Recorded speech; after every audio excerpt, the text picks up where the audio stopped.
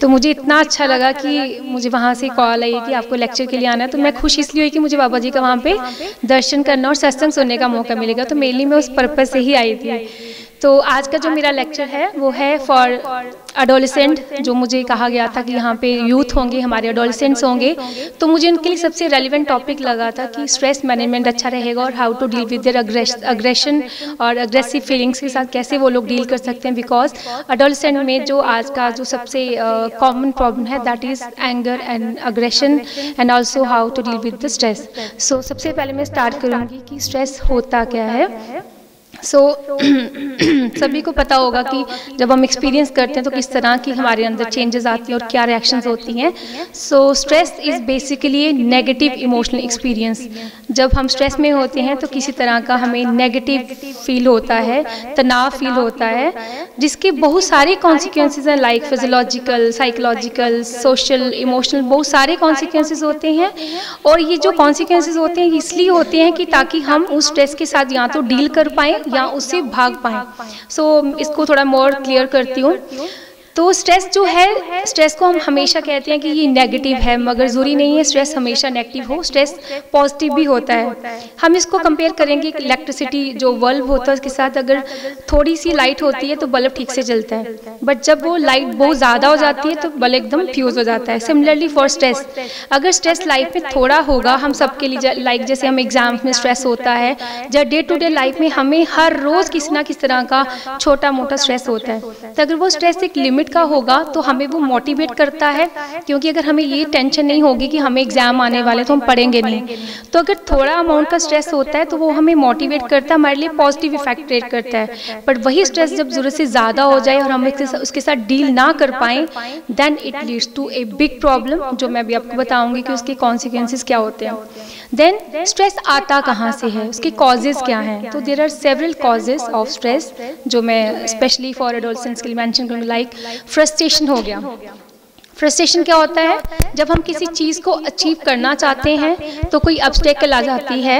We want to achieve something but because of some obstacle hindrances we feel unable to achieve that goal, उसको हम कहते हैं frustration. Like कोई इंसान IAS करना चाहता है तो उसके पास प्रॉपर रिसोर्सेज नहीं है, या कुछ और पाना चाहते हैं, एक छोटा बच्चा आइसक्रीम खाना चाहता है बट उसकी मम्मा उसको आइसक्रीम नहीं खाने देती, then it leads to frustration. किस तरह का कोई कन्फ्लिक्ट हो सकता है एक ही समय पे, जब हमारे पास दो ऑप्शन होते हैं, लाइक शादी का दो आपके पास ऑप्शंस हैं कि ये पसंद है या वो पसंद है, या आपने मोबाइल फ़ोन लेना तो आपके पास दो चॉइसेस होती हैं, सैमसंग लें या हम दूसरी कंपनी का लें, तो हम कन्फ्लिक्ट में होते हैं जिसकी वजह से हमें अगेन स्ट्रेस होता है। इसके अलावा बहुत सारे प्रेशर, बच्चे हैं तो उनके पेरेंट्स प्रेशर देते हैं, कॉलेज से प्रेशर होता है, सोसाइटी का प्रेशर होता है, सोसाइटी के नॉर्म्स होते हैं, तो pressure is also one of the reason जिसकी वजह से हमें स्ट्रेस एक्सपीरियंस करते हैं। इसके अलावा एक्टिविटीज़, लाइफ चेंज इवेंट्स जो होती हैं हमारी लाइफ में, जो चेंजिंग इवेंट्स आते हैं, किसी की डेथ हो जाना, किसी की शादी हो जाना, घर में बच्चे का पैदा हो जाना, ये सब चीज़ें जो हैं ये हमारी लाइफ चेंज करती हैं और इनसे भी हमें स्ट्रेस होता है। और last is hassles of daily living, जो रोज़मर्रा की चीज़ों में, जैसे हम ऑफिस लेट पहुँचे सुबह, तो रोज़ जैसे मैं जाती हूँ तो भाग भाग के 10 मिनट लेट ही होती हूँ सुबह, तो वो भी एक स्ट्रेस होता है कि कहीं अटेंडेंस अंदर ना चली गई तो मेरा अटेंडेंस लगेगी नहीं, बस मिलेगी टाइम पे कि नहीं मिलेगी। तो ये सब छोटी छोटी चीज़ें जो होती हैं रोज़ की, ये भी हमें स्ट्रेस देती हैं। अब है कि जैसे जब हम ड्रग एडिक्ट्स के बच्चों के साथ या अडल्ट के साथ जब हम बात करते हैं कि आपको नशा छोड़ना है, तो हम ज़्यादा ये बात नहीं करते कि आपको कैसे आगे डील करना है, हम ज़्यादा फोकस करते हैं कि उनके कॉन्सिक्वेंसेस क्या हैं, क्या परिणाम हैं इसके। क्योंकि अगर परिणाम पता होंगे तो अपने आप इंसान थोड़ा उससे डरेगा और उसके साथ कंट्रोल करने की कोशिश करेगा।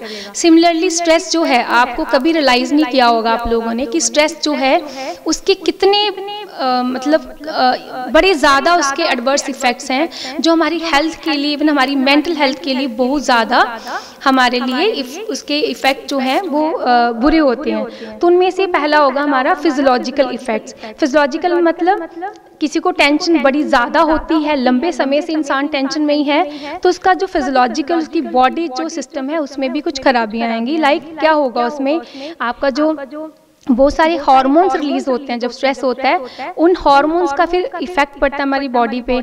जैसे हमारा डाइजेशन में, जब आप देखते हैं ना कभी आपको बड़ी टेंशन होती है तो आपको खाना डाइजेस्ट नहीं होता, फिर आपको गैस बनना शुरू हो जाती है, गैस्ट्रिक प्रॉब्लम्स होती हैं आपको। There are so many other things which are related to stress, like आपका ब्लड प्रेशर का बढ़ जाना, मसल कंस्ट्रिक्शन होना। तो ये सारे इफेक्ट्स तब आपको होते हैं जब आप स्ट्रेस में होते हो। इसके अलावा सेकेंड इज कॉग्निटिव। जो बच्चे हैं वो थोड़ा लिख सकते हैं, इसको नोट कर सकते हैं, बिकॉज आप फर्दर किसी और को समझा सकते हो। कॉग्निटिव मीन दिमाग लेवल पे। कॉग्निटिव में आ गया कि जैसे जब आप टेंशन में होते हो, आप बहुत स्ट्रेस में हो, तो आपका दिमाग भी ठीक तरह से काम नहीं करता। जब दिमाग ही काम नहीं करेगा तो ऑब्वियसली सब कुछ खराब होगा। तो देन इट्स बेटर कि आपको स्ट्रेस के साथ डील करना आना चाहिए। तो कॉग्निटिव में क्या होगा, आपका मेमोरी लॉस होना शुरू हो जाता है। आप ध्यान से याद करो कि जब कभी आपको लाइफ में बड़ी टेंशन हुई हो तो आपको चीज़ें भूलना शुरू हो जाती हैं, आपको इजी फॉरगेटफुलनेस होना शुरू हो जाती है। आप डिसीजन मेकिंग जो होती है ना, जब आप टेंशन में होते हो तो आप किस तरह का राइट डिसीजन नहीं ले पाते हो, डिसीजन मेकिंग आपकी पोर हो जाती है। इससे साथ आप कंसंट्रेट नहीं कर पाते हो। लाइक आप क्लास में बैठे हो मगर घर की कोई टेंशन है, तो आप क्लास में बैठे हो बट आपका ध्यान उसी जगह पे है, तो आप कंसंट्रेट नहीं कर पाते हो। इस तरह से बहुत सारी आपको प्रॉब्लम्स होती हैं।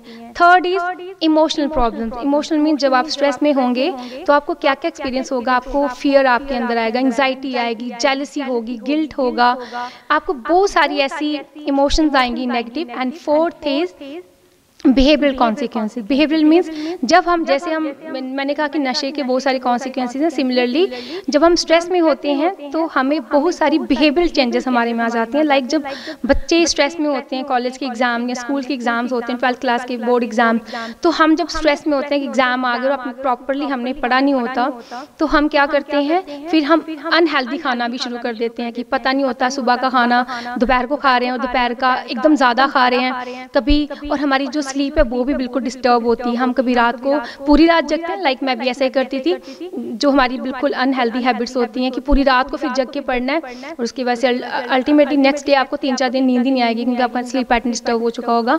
तो हमारी स्लीप जो है वो डिस्टर्ब हो जाती है, खाना डिस्टर्ब हो जाता है, हम ज़्यादा कैफीन इनटेक शुरू कर देते हैं। ज़्यादा आपने सुना होगा या चीज़ में जो बच्चे पढ़ते हैं या MBBS स्टूडेंट जो होते हैं, तो स्ट्रेस के टाइम पे क्या करते हैं, सिगरेट स्मोक करना, ड्रिंक करना, अल्कोहल लेना या नशा करना इवन। तो स्ट्रेस में लोग नशा भी करना शुरू कर देते हैं, अगेन जिसके बहुत सारे इल इफेक्ट्स होते हैं। तो ये सारे कॉन्सिक्वेंसेस किसके हैं, स्ट्रेस के। तो इससे आपको रियलाइज होगा कि स्ट्रेस जो है वो ऐसी एक इमोशन रिएक्शन है जिसके बहुत सारे कॉन्सिक्वेंसेस हैं, और आपकी ओवरऑल जो फिजिकल और जो मेंटल हेल्थ है वो आपकी इतनी ख़राब हो जाती है। जैसे आप लोगों ने सुना कि रिसेंटली जब सुषमा स्वराज जी की डेथ हुई या अरुण जेटली जी की डेथ हुई, तो ये सारे लोग यही बातें कर रहे थे कि इतनी कम उम्र में इतनी इन लोगों की डेथ हुई क्योंकि ये लोग बड़ा स्ट्रेसफुल काम करते थे, बहुत ज़्यादा काम करते थे, जिसकी वजह से हम लोग क्या करते हैं, जब हमारे पास बहुत काम, इवन मी आल्सो, कि I M overburden with the work, और हम अपनी हेल्थ को इग्नोर कर देते हैं और हम सिर्फ काम काम काम करते हैं। जब हम इतना स्ट्रेस में लेके काम करेंगे, हेल्थ को इग्नोर करेंगे, तो अल्टीमेटली क्या होगा, हमारी लाइफ जो है वो कम हो जाएगी, हमारी लाइफ बिल्कुल कम हो जाएगी एज कम्पेयर टू उन लोगों की जिनकी लाइफ में कम स्ट्रेस होता है। So there are number of consequences of stress. So अब है टॉपिक कि हमें स्ट्रेस के साथ डील कैसे करना होता है। एक सिचुएशन होती है, एक घर में 4 भाई बहन होते हैं, उनके घर में सेम एक किसी मेंबर की डेथ हो जाती है, 3 में से 3 बिल्कुल हेल्दी रहते हैं, उनमें से एक ऐसा होता है जिसको डिप्रेशन हो जाता है। होता कभी ऐसी सिचुएशन होती है ना हमारे आसपास की, एक ही चीज़ हुई किसी के आसपास जिसका इफेक्ट एक पे पड़ा, 3 लोगों पे नहीं पड़ा। वो इसलिए क्योंकि हम सब लोगों का तरीका अलग अलग है स्ट्रेस के साथ डील करने का। तो ये मैटर नहीं करता कि आपकी लाइफ में कितनी बड़ी प्रॉब्लम आई, बिकॉज अभी मेरे को अपना इंट्रोडक्शन पहले देना तो मैं भूल गई, थोड़ा सा देती तो आपको मैं बताती कि अलग अलग एग्जांपल्स की किस किस फील्ड में मैं गई, किस किस तरह के मैंने लोगों के साथ एक्सपीरियंस किया, कितने कितने लोग स्ट्रेस में थे, उसके बावजूद भी लोग बोल्ड थे, लोग डील कर रहे थे, किस तरह से वो सिचुएशन से निकल रहे थे। तो ये मैटर नहीं करता है कि आपकी लाइफ में स्ट्रेस कितना बड़ा है, मैटर ये करता है कि आप उसको कैसे लेती हो, आप उसके साथ कैसे डील करते हो। सो मैं उसमें बात करूँगी, 2 तरह की हमारी कोपिंग्स होती हैं स्ट्रेस के साथ डील करने के लिए हम दो तरह से डील करते हैं। उसमें एक होता है adaptive coping and second is mall adaptive coping. पहले हम बात करेंगे माल अडैप्टिव। जब हमें टेंशन होती है, बहुत ज़्यादा तनाव परेशानी होती है, स्पेशली बच्चे, तो वो तीन तरह से गलत तरीके से डील करते हैं जो हमें नहीं करना होता। वन इज जिसमें वो ड्रग्स लेना शुरू कर देते हैं, अल्कोहल लेना शुरू कर देते हैं, या वो बहुत ज़्यादा गुस्सा करते हैं और दूसरों को तोड़ फोड़ कुछ भी करना, एंड थर्ड इज अपने आप को ही मारना शुरू कर देते हैं। तो ये तीन चीज़ें तो वो हैं जो कभी भी हमें स्ट्रेस में करनी ही नहीं है, बिकॉज वो इमीडिएटली तो आपको रिलीफ कर देंगे ना। अगर जैसे किसी को बड़ी टेंशन है तो लोग ये जो ड्रिंक करते हैं, शराब पीते हैं, ज़्यादातर देखा होगा वो इसलिए करते हैं कि उनको जब कोई तनाव होता है तो वो ड्रिंक कर लेते हैं। उस समय एक दिन वो निकल गया, रात निकल गई, ठीक चली गई टेंशन, बट सेकेंड डे तो टेंशन वही की वही रहेगी ना, वो तो एक दिन से निकाल दी उनको। मगर जो उसके लॉन्ग टर्म इफेक्ट होते हैं वो बहुत बुरे होते हैं। तो शॉर्ट टर्म के लिए आपने कोई मेडिकेशन ले ली टेंशन से दूर भागने के लिए, तो आपको थोड़ी देर के रिलीफ मिला, पर लंबे समय के लिए तो उसके बहुत सारे कॉन्सिक्वेंसेज होंगे।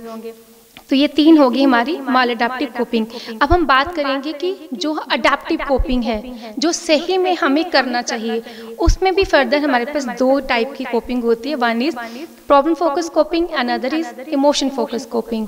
तो अगर हम बात करें प्रॉब्लम फोकस कोपिंग की, तो हम एग्जाम्पल लें किस तरह की स्ट्रेसफुल सिचुएशन की। फॉर एग्जाम्पल अगर स्टूडेंट्स की बात कर रहे हैं तो एग्जाम्स आ गए, तो जब एग्जाम्स आते हैं तो मैंने आपको पहले भी कहा ना, स्ट्रेस पॉजिटिव भी होता है तो नेगेटिव भी होता है। तो मेरे को ऐसा लगता है कि मेरी लाइफ में कभी भी जो एग्जाम थे वो नेगेटिव नहीं थे, ना ही नेगेटिव स्ट्रेस लेके आए थे। एग्जाम्स मेरे लिए हमेशा पॉजिटिव थे और मैं हमेशा पढ़ती थी। हम लोग ये होता था कि अच्छे नंबर आएंगे तो ये ऐसा करना है। तो उसमें दो तरह की कोपिंग जो मैं बात कर रही हूँ, one is problem focus, another is emotion focus coping. तो प्रॉब्लम फोकस कोपिंग जो लोग यूज़ करते हैं उसमें क्या होता है कि हमारे पास लाइफ में कोई बड़ी टेंशन आ गई है, चाहे वो एग्जाम, बच्चों के लिए एग्जाम हो गया, तो ये जो बाकी लोग बैठे हैं इनके लिए कोई लाइफ की और टेंशन आ गई, आपकी फसल चली गई, आपके घर में डेथ हो गई या कुछ हुआ, बड़ी इवेंट हो गई, तो उसमें हम प्रॉब्लम फोकस में क्या करते हैं कि हम उस जो प्रॉब्लम है उसके साथ डील करने की कोशिश करते हैं। तो डील कैसे करते हैं? अगर किसी घर में शादी है तो खुद उनके घर में फाइनेंशियल बड़ा क्राइसिस है, तो वो अपने किसी रिलेटिव से बात करेंगे, अपना दुख बांटेंगे, उनसे पैसों की मदद लेंगे, कहीं से लोन लेंगे और बेटी की शादी टाइम पे करेंगे और फिर काम करेंगे, उसको वापस करेंगे। ये क्या हो गया? हमने उस प्रॉब्लम को हल निकाला। मगर दूसरी कोपिंग कौन सी होगी? इमोशन फोकस, जिसमें हम क्या करते हैं, सिर्फ टेंशन जो होती है हमें स्ट्रेस से हमें टेंशन होती है, उस टेंशन पे ही सिर्फ हम काम करते हैं कि हमारा मन ठीक रहे, मतलब हमें टेंशन ना हो। तो लोग जैसे बच्चे होते हैं कि एग्ज़ाम आ गए, जो प्रॉब्लम फोकस वाले होते हैं वो क्या करते हैं, टाइम टेबल बनाते हैं कि मुझे इस बार इतने नंबर लेने हैं, अपना टाइम टेबल बनाएंगे, टाइम पे पढ़ेंगे, गोल्स बनाएंगे और वैसे करेंगे। जो इमोशन फोकस वाले होते हैं वो क्या करते हैं, अपना मन ही उनको सिर्फ ठीक करना है, तो क्या करेंगे, टीवी देखने बैठ जाएंगे, पीछे से मम्मा बोलती रहेंगी कि आप पढ़ाई करो, मगर वो टीवी देखते रहेंगे या बाहर घूमने चले जाएंगे कि अभी 3-4 दिन मेरे पास है पढ़ने के लिए, मैं पढ़ लूँगा। जिसमें हम सिर्फ अपनी जो इमोशंस हैं उनको ही मैनेज करते रहते हैं, डिस्ट्रैक्शन करके, डिनाइल करके। या इसमें और भी कोपिंग होती है, लाइक एक्सेप्टेंस, कि जो हुआ उसको एक्सेप्ट कर लेना। लाइक किसी घर में डेथ हो गई तो हमने एक्सेप्ट कर लिया कि चलो ये भगवान की ऐसी ही मर्जी थी, तो हम अब लाइफ उसमें जो आगे लाइफ हमने कैसे करनी है, ज़रूरी नहीं है। इमोशन फोकस जो कोपिंग है वो नेगेटिव है, यहाँ पे नेगेटिविटी की बात नहीं है। इमोशन फोकस का मतलब है कि हम अपने मन को ठीक कर रहे हैं क्योंकि हमें टेंशन हो रही है, तो एक्सेप्ट कर लेते हैं, चलो अगर मेरे नंबर 60% आए हैं तो मैं अगली बार मेहनत कर लूँगा, ठीक है, इस बार मैं इसी को ही संतुष्टि मान लेता हूँ। That is acceptance. देन एक और स्ट्रैटेजी होती है इमोशनल फोकस में ही कि पॉजिटिव री इंटरप्रिटेशन करना। एक जो हमारे साथ प्रॉब्लम हुई होती है, लाइक हमारे साथ कोई लाइफ में कुछ बुरी हैपनिंग हो गई और हम उसको कह रहे हैं कि उसी में से पॉजिटिव निकाल रहे हैं। जैसे हमारे बाबा जी सत्संग वगैरह में ऐसी ही चीज़ें सुनाते हैं हमें कि उसको उसके अच्छा मीनिंग निकालो। अगर हमारे साथ कोई प्रॉपर्टी का लॉस हो गया, जहाँ शुरू से ही कोई हम फेल हो गए, तो हम कहेंगे शायद हम इसलिए फेल हो गए कि शायद मैं अगली बार ज़्यादा मेहनत करूँगा, ज़्यादा नंबर लाऊंगा।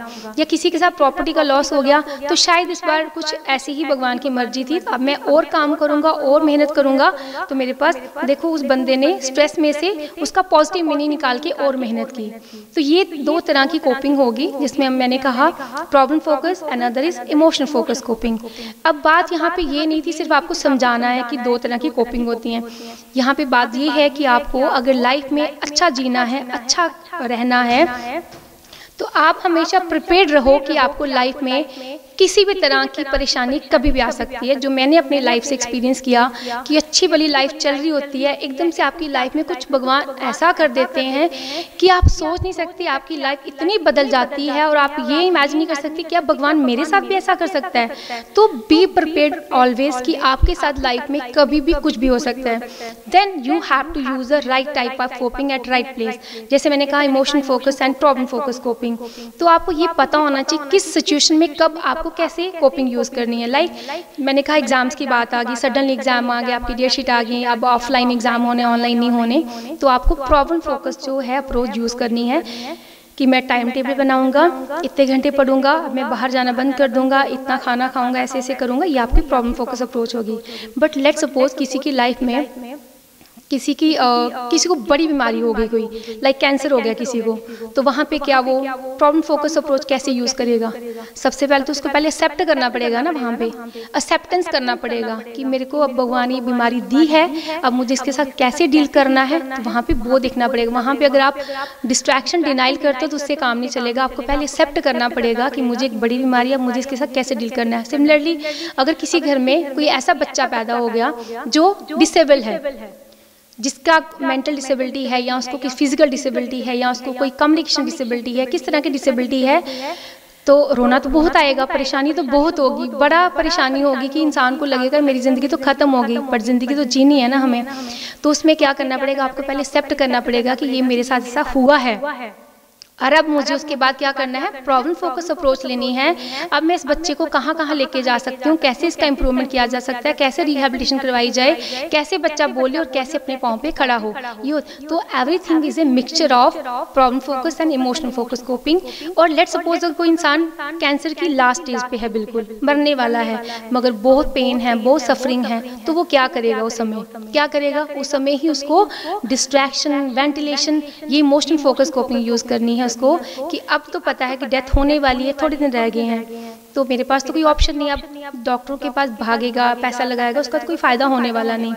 उस समय उनको अपना ध्यान जो है अलग अलग जगह पे लगाना है, ताकि जो उनकी जो पेन से ध्यान हट जाए, क्योंकि जब हम अपने आप का ध्यान कहीं और लगाते हैं तो हमारा ध्यान पेन से हट जाता है, फिर हमें थोड़ा रिलीफ मिल जाता है। तो उसमें बहुत तरह की और आगे कोपिंग है, लाइक सबसे बेस्ट उसमें होती है स्पिरिचुअल कोपिंग, जिसमें हम कहते हैं बाबा जी का ध्यान लगाना। तो रिसर्च कहती है सबसे बेस्ट जो है coping that is spiritual coping, कि भगवान का ध्यान लगाओ, जो भी आपके गुरु हैं, आपके बाबा जी हैं, उनका ध्यान लगाओ, तो आपका ध्यान हटेगा और आपकी जो सफरिंग है वो कम हो जाएंगी। तो ये हमारा हो गया कोपिंग, कि जब हमें स्ट्रेस होता है तो हम दो तरह से डील करते हैं। एक तो मालएडेप्टिव हो गया, जो हमें कभी भी नहीं करना, बिकॉज थोड़ी देर के लिए रिलीफ मिलता है, फिर लॉन्ग टर्म उसके कॉन्सिक्वेंसेस बड़े बुरे हो जाते हैं।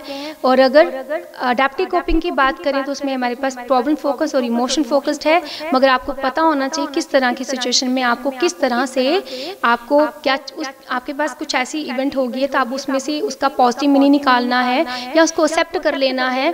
अब आप उसके बाद प्रॉब्लम ऐसी है जिसका कोई सोल्यूशन ही नहीं है, मगर आप उसको फिर भी सॉल्व कर रहे हो, तो ये आपके लिए हमेशा आपके कॉन्सिक्वेंसेस जो होंगे, परिणाम होंगे, खराब होंगे। ठीक है, अब ये तो हो गया हमारा कोपिंग में जिसकी बात कर रही हूँ। अगर कोपिंग सही है तो इंसान सक्सेसफुल रहता है, पूरी लाइफ अच्छे से जीता है। ठीक है, क्योंकि अगर स्ट्रेस के साथ आप प्रॉपर्ली डील नहीं करोगे ना, टाइम पे अपना स्ट्रेस मैनेज नहीं करोगे तो आपको लाइफ में बड़ी बड़ी बीमारियां होंगी, फिर मेंटल हेल्थ डिसऑर्डर भी होंगे, लाइक एंजाइटी डिसऑर्डर हो जाएगा, आपको डिप्रेशन हो जाएगा, उसके बाद और बहुत बहुत बड़े बड़े डिसऑर्डर्स हैं जो आपको हो जाएंगे।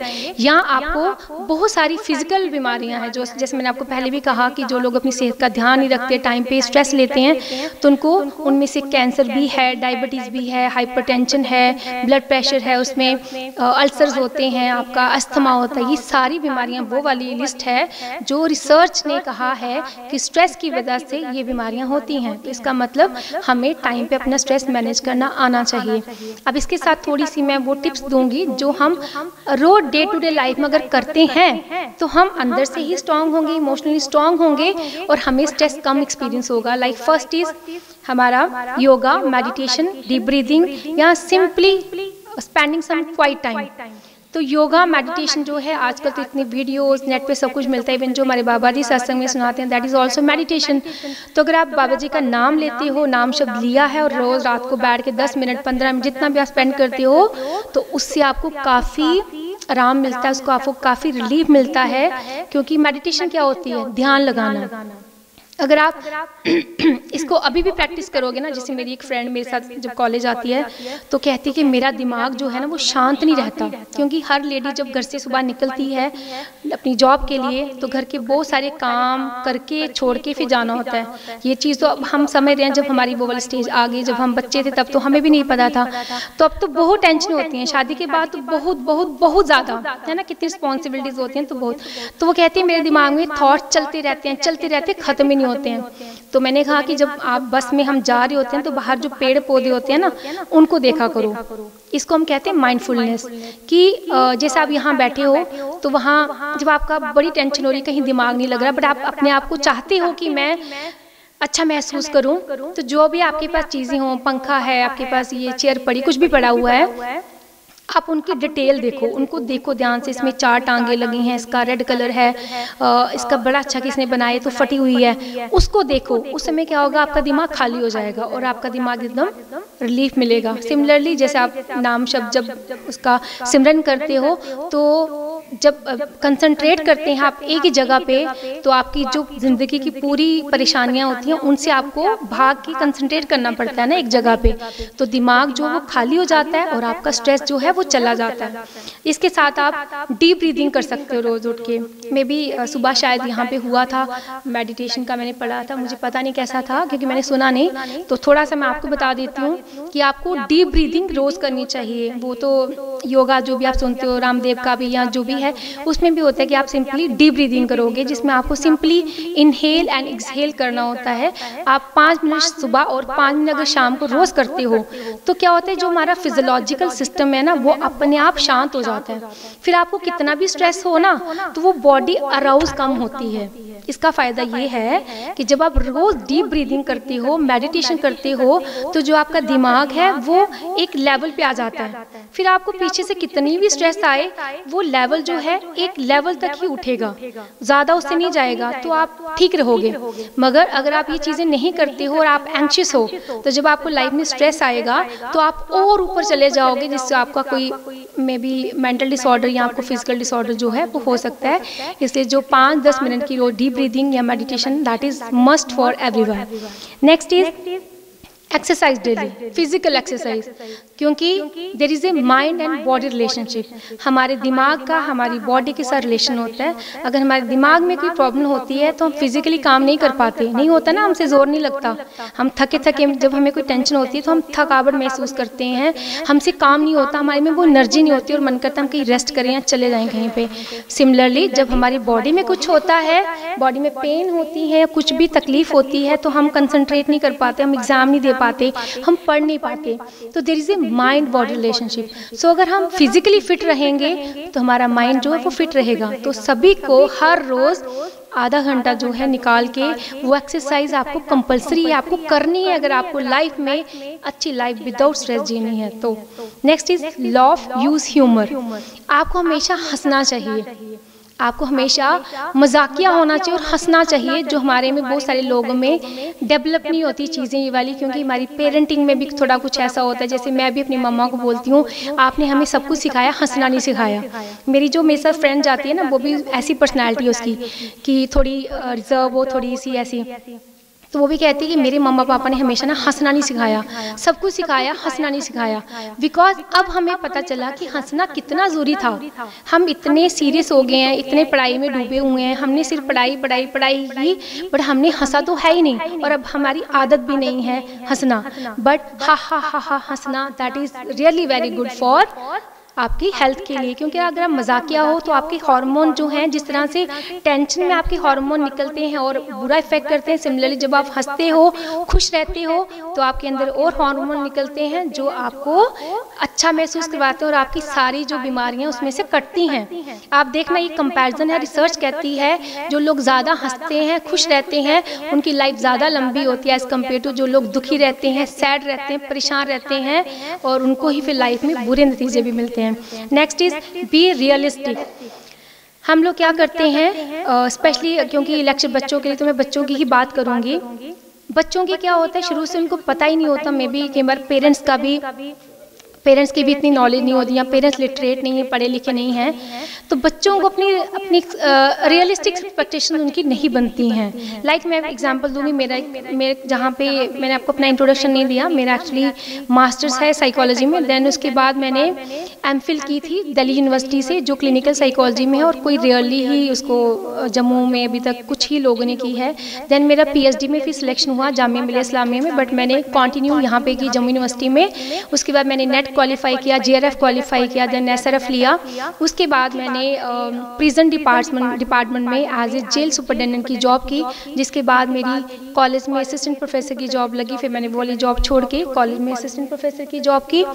सो I have vast experiences with the people, and now currently in my college I am working as a counsellor also. जिस कॉलेज में मैं हूँ अभी, वहाँ पे काउंसलिंग सेल है, डिस्ट्रिक्ट काउंसलिंग सेल है कठुआ डिस्ट्रिक्ट के लिए, जहाँ पे कॉलेज के सारे स्टूडेंट काउंसलिंग के लिए आते हैं मेरे पास। तो मेरा ही एक स्टूडेंट मेरे पास काउंसलिंग के लिए आया और कहता है कि उस है भी साइकोलॉजी का स्टूडेंट और आया भी काउंसलिंग के लिए मेरे पास। तो कहता है कि मैम मुझे टिप्स चाहिए कि मुझे आईएएस करना है। मेरे फ्रेंड्स कहते हैं तो आईएएस नहीं कर सकता, तो मुझे आईएएस ऑफिसर बनना है, तो मुझे थोड़ी टिप्स चाहिए, थोड़ी कैरियर काउंसलिंग चाहिए। तो मैं ये सब, और एट द सेम टाइम मैं उस बच्चे को जानती थी, बिकॉज वो मेरी क्लास का स्टूडेंट है। 20 में से 8 नंबर वो नहीं ले पाता था कभी भी, 20 में से 8 नंबर आते ही नहीं थे। फिर हमें मजबूरी में, क्योंकि हमारा ये होता है, हमें 3 टाइम्स टेस्ट लेना होता है कॉलेज में, जो इंटरनल असेसमेंट्स होती हैं।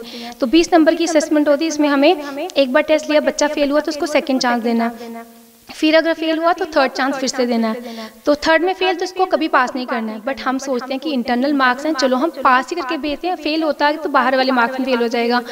तो वो 8 नंबर कभी भी नहीं ले पाता था थ्रू 2 ईयर्स तक, मगर वो वहाँ काउंसलिंग में आके मेरे पास कह रहा है कि मुझे आईएएस बनना है। तो ये आप खुद सोचो कि वो बच्चा कितना अनरियलिस्टिक सोच रहा है अपने बारे में, उसका लेवल इतना कम है, या उसको अभी प्रॉपर ट्रेनिंग नहीं है, या उसको मेहनत चाहिए, मगर वो उसका एक्सपेक्टेशन जो है आईएएस लेवल की हैं, और कितना समझाने के बावजूद भी वो 8 नंबर भी नहीं ले पाता। तो अगर हमारी एक्सपेक्टेशन अपने आप से अनरियलिस्टिक होंगी, लाइक जैसे मैं शुरू से थी, तो मेरे को मैथ्स में थोड़ा फोबिया था, जबकि मैं अच्छे मार्क्स लेती थी, बट फिर भी मुझे डर था कि मैं मैथ्स में शायद आगे ज़्यादा अच्छा नहीं कर पाऊँ। तो मैंने पहले अपने पापा को बोला, जबकि मेरे पापा हमेशा मुझे चाहते थे कि वो डॉक्टर बने। तो मगर मैंने कहा कि मैं मैथ मुझे नहीं पढ़ना, मुझे वही फील्ड लेनी जो मुझे अच्छी लगेगी और मैं उसी में अच्छा करूँगी। Now my father is also satisfied कि इसने ठीक ऑप्शन चूज़ किया, बट उनको लगता था कि जो मैथ्स पढ़ने वाले बच्चे हैं वही अच्छा करते हैं। तो मुझे शुरू से ही पता था जब मैं मैथ्स इतना अच्छा नहीं एक्सेल कर पाऊँगी, मुझे नहीं पढ़ना है। तो हर बच्चे को अपने आप की जो एक्सपेक्टेशंस हैं, अपना लेवल जो है वो उसको पता होना चाहिए कि मेरा लेवल किस, मेरा इंटरेस्ट कहाँ पे, मेरी कौन सी चीज़ में अच्छा कर सकता हूँ। अगर वो अपने आप से ही झूठ बोलेंगे, पेरेंट्स से बोलेंगे, तो वो कभी भी सक्सेसफुल उतना नहीं हो पाएंगे जितना वो पहुंच सकते हैं। And the last is practice positive self talk. हमेशा पॉजिटिव बातें करो, मुझे लाइफ में ये बनना है, मुझे अच्छा करना है। बिकॉज जो लोग पॉजिटिव होते हैं, जो लोग होपफुल होते हैं, they are better achiever as compare to वो लोग जो लोग नेगेटिव थिंकर होते हैं, जो लाइफ में हमेशा नेगेटिविटी, जो नेगेटिव सोचेगा होपलेस हो जाएगा और उसके साथ चीज़ें भी बुरी होना शुरू हो जाती हैं। और रिसर्च कहती है कि जो लोग पॉजिटिव थिंकर होते हैं, जो लोग होपफुल होते हैं, कितना भी बुरा हो जाए, I am also one among those who are hopeful people, who are positive thinker. तो जैसे मैंने कहा कि सबके साथ लाइफ में कुछ ना कुछ प्रॉब्लम आती है, मेरे साथ भी लाइफ में कुछ अभी प्रॉब्लम चल रही है, बट आई एम होपफुल। मेरे साथ लाइफ में, शायद मैंने ये इस फील्ड से हूँ, मैंने ये पढ़ा, अगर शायद मैंने ये पढ़ाई नहीं की होती तो शायद मेरी भी कोई चेन नहीं आती और मैं इतना जो मेरी लाइफ में स्ट्रेस है उसके साथ मैं डील नहीं कर पाती।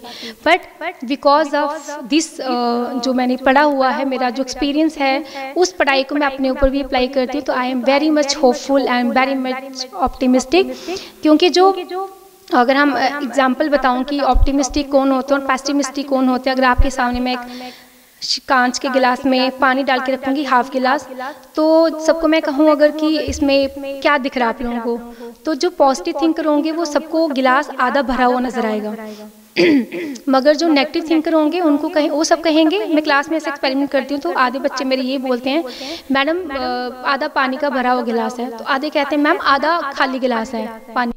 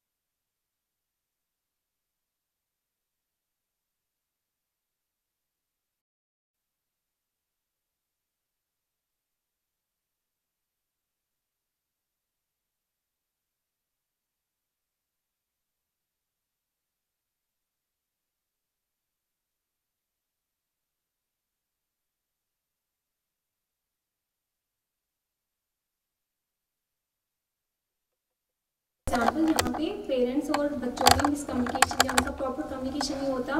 There are number of factor, इसके बहुत सारे रीजंस होते हैं कि क्यों ऐसा होता है। बिकॉज हमारे पेरेंट्स जो हैं वो इतनी साइकोलॉजिकली सोफिस्टिकेटेड नहीं है। अभी तो मैं यहाँ पे सब ऑडियंस के सामने में ही बात करूँगी, तो हमारे मेरे जो फादर मदर है वो तो इतने, उन्होंने हमें यहाँ तक पहुँचाया, तो हम उनके लिए तो बहुत थैंकफुल हैं।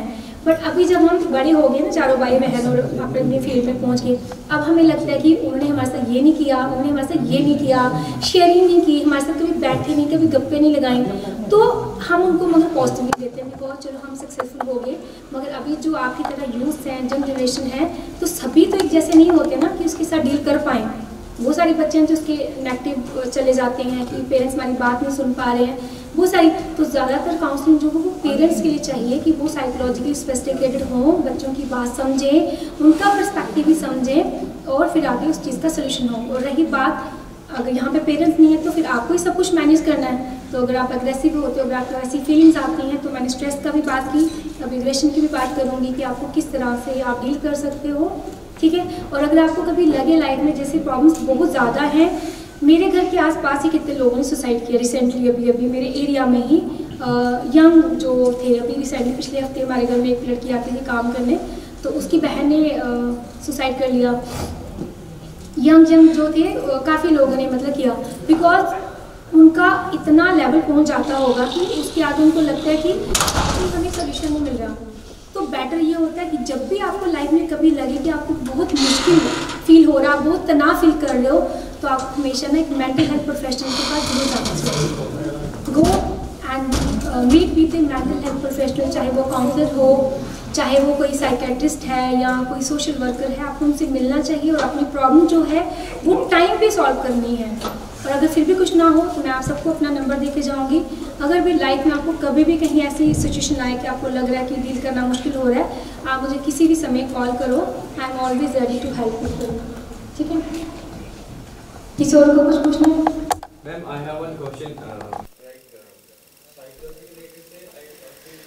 Whenever someone I do say something to someone, अगर मैंने कभी कुछ बोला और उसका कोई उल्टा रिएक्शन आता है, तो I start having headache and for the 1 or 2 days I will feel low only. After that I will get motivated again myself only, but that particular 24 or 48 hours then it crucial for me. आपको बुरा लग जाता है कि उन्होंने ऐसा क्यों feel किया।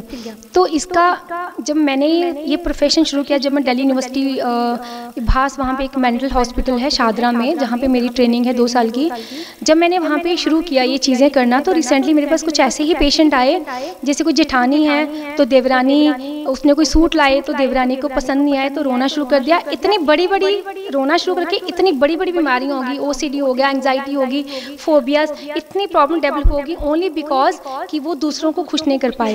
And we all are human being, आपकी उसी का मैं आंसर दे रही हूँ, we all are human beings. हम जो लोग हैं, हमारी अपनी पर्सनालिटी है, हमारा अपना नेचर है, हमारा अपना मन है, हमारी अपनी इमोशंस हैं। We can't satisfy each and every one. अब मेरी क्लास होगी रोज़, है ना, उसमें ही मैं अपनी तरफ से बेस्ट करती हूँ कि एक अच्छा टीचर बनूँ। तो मेरी ही क्लास में 5 बच्चे ऐसे होते होंगे जो मेरे पीछे घूमते रहते होंगे हमेशा, मैम, चाहे बॉयज चाहे गर्ल्स होती होंगी, जो उनको मैम मैम, तो मैं बड़ी खुश होती हूँ कि मैं तो बड़ी अच्छी टीचर हूँ, अच्छी काउंसलिंग करती हूँ, मैं बड़ी फेमस हूँ, सारे बच्चे कोई प्रॉब्लम होती है मेरे पास आते हैं। बट उसी क्लास में 5-7 बच्चे ऐसे भी होते हैं जो मुझे विश भी नहीं करते हैं, और मेरे पास से ऐसे निकल के, उनकी मैंने हेल्प भी की होती है, फिर भी मेरे पास ऐसे निकलते हैं जैसे वो मुझे जानते तक नहीं, और 3 साल उनको मैंने पढ़ाया होता है। तो उसका मतलब मैं क्या मीनिंग लूँ कि I am bad? No, I am not bad, it's their behaviour, their personality, their perspective, कि वो मुझे कैसे लेते हैं। और यही मैंने पढ़ा हुआ था, इसलिए मैं उनका पर्सपेक्टिव ऐसे नहीं लेती हूँ। अगर मैंने पढ़ा नहीं होता ना, तो शायद मैं भी ना और कोशिश करती, मैं परेशान हो जाती, मैं रोती कि यार मैं इतनी एफर्ट्स लगाती हूँ, इतनी अच्छी टीचर बनी हुई हूँ, उसके बावजूद भी 5 लड़के मेरे पास से निकलते और मुझे विश तक नहीं करते, मेरी तब देखते तक नहीं है। मगर ये नहीं है कि मैं उसको अपने ऊपर लूँ, बिकॉज आई एम गुड, मैं अपनी तरफ से बेस्ट कर रही हूँ। आप अच्छा करो, सिर्फ आप बुरा मत करो, आप अच्छी क्वालिटीज डेवलप करो, मगर you are a human being, you can't satisfy each and everyone in life. आप सबको खुश कभी नहीं कर सकते, उसकी वजह से आपको ज़्यादा से बेटर यही है कि आप अपना बेस्ट करो, जो खुश होता है ठीक है, जो नहीं होता लीव देम, उनको इग्नोर कर दो, या उनको और भी ऑप्शंस हैं कि आप क्या कर सकते हो, लेट देम डू, ठीक है। कोई और क्वेश्चन?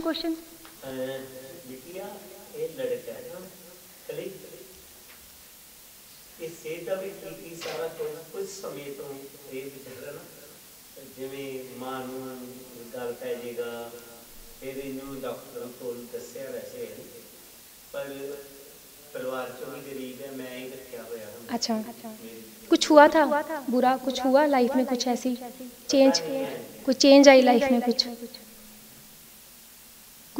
एकदम से गुस्सा आना शुरू हो गया एकदम से? वैसे तो एकदम से नहीं होता है, थोड़ा कोई रीज़न होता है कि जब भी कोई साइकेट्री प्रॉब्लम डेवलप होती है थोड़ा सा कुछ हुआ होता है पीछे, आपकी लाइफ में कोई चेंज आई होगी, आपने कुछ चाहा होगा ये करना है, वो आपसे हुआ नहीं, किसी तरह की कोई चेंज। अगर फिर भी नहीं है, एकदम से कुछ होना शुरू हो गया, then you have to definitely consult a doctor, psychiatrist, आपको जाना पड़ेगा, उनसे मेडिसिन लेनी पड़ेगी। हाँ जी, मैं जी जी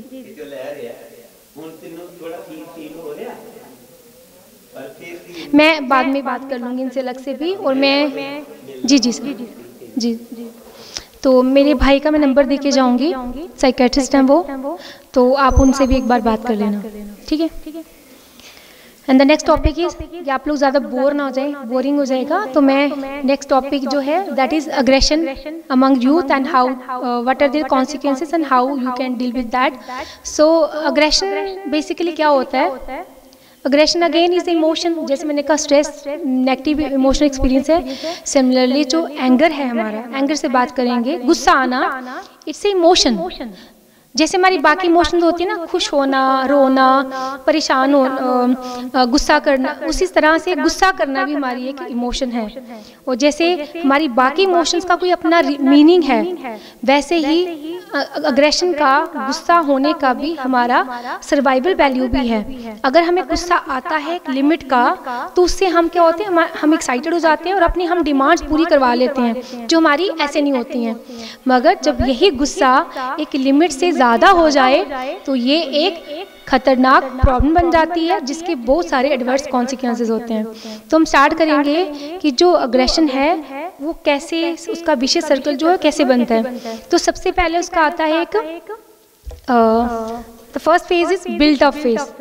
बिल्ड अप, इसी वर्ड को आप ध्यान से सुनोगे तो आपको पूरा पता चल जाएगा कि जब गुस्सा आता है तो कैसे डील करना है, क्योंकि मोस्ट ऑफ द यूथ जो हैं वो यही प्रॉब्लम रिपोर्ट करते हैं, मुझे बहुत गुस्सा आता है, specially boys, because hormonal changes उसमें अलग हैं और फीमेल्स में अलग होती हैं। तो बॉयज़ को ज़्यादा रिपोर्ट करते हैं कि हमें, बिकॉज जो फीमेल्स हैं they more use verbal aggression and boys more use physical aggression. होता है ना, जब लड़ाई होती है तो लड़के तो आ जाते हैं ना फिजिकल अग्रेशन पे, तो गर्ल्स तो सिर्फ अब्यूजिव लैंग्वेज यूज़ करके हो जाता है, तो दैट इज़ मोर डेंजरस जो आप फिजिकली करते हो। सो इट्स वेरी इंपॉर्टेंट कि you have to deal with your aggression. तो अग्रेशन के 3 फेजेस हैं। जो फर्स्ट फेज है that is your buildup phase.